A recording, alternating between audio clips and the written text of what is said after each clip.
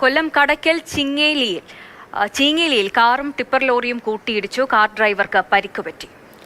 കടയ്ക്കൽ പാങ്ങലുകാട് സ്വദേശി ജർഷിദിനാണ് പരിക്കേറ്റത്. മറ്റൊരു വാഹനത്തെ മറികടന്നു വന്ന കാർ എതിരെ വന്ന ടിപ്പർ ലോറിയിൽ ഇടിച്ചാണ് അപകടമുണ്ടായത്.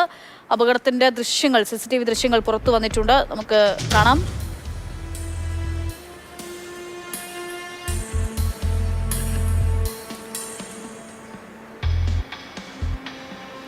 കാറും ടിപ്പറും കൂട്ടിയിടിച്ചാണ് അപകടമുണ്ടായത്.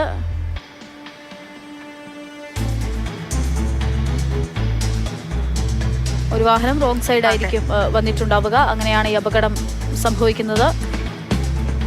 കണ്ണൻ നായർ ചേർന്നുണ്ട് കൂടുതൽ വിവരങ്ങളുമായി. കണ്ണൻ, ഓവർടേക്ക് ചെയ്ത് വരുമ്പോൾ ഈ ഒരു ടിപ്പറിലേക്ക് കാർ വന്ന് ഇടിക്കുകയായിരുന്നു അല്ലേ?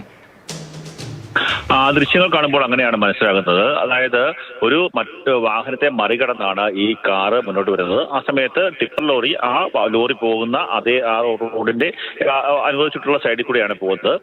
അമിത വേഗത്തിലെത്തിയ കാറ് നേരെ ടിപ്പർ ലോറിയിലേക്ക് ഇടിക്കുകയാണ്. അങ്ങനെയാണ് അപകടമുണ്ടായത്. കാർ ഓടിച്ചിരുന്ന വ്യക്തിക്ക് കാലിനും തലയ്ക്കും പരിക്കേറ്റു.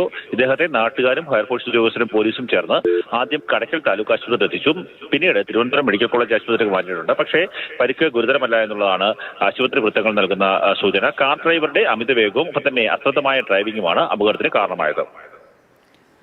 ശരി, കണ്ണൻ നായരാണ് വിവരങ്ങൾ നൽകിയത്. ലോറി അത്ര വേഗത്തിലായിരുന്നില്ല, കാറായിരുന്നു വേഗത്തിൽ വന്നിരുന്നത്. കാർ വന്ന് ലോറിയിലേക്ക് ഇടിക്കുന്നതാണ് നമുക്ക് ദൃശ്യങ്ങളിൽ കാണാൻ സാധിക്കുന്നത്. ഓവർടേക്ക് ചെയ്ത് വന്നതാണ് കാർ.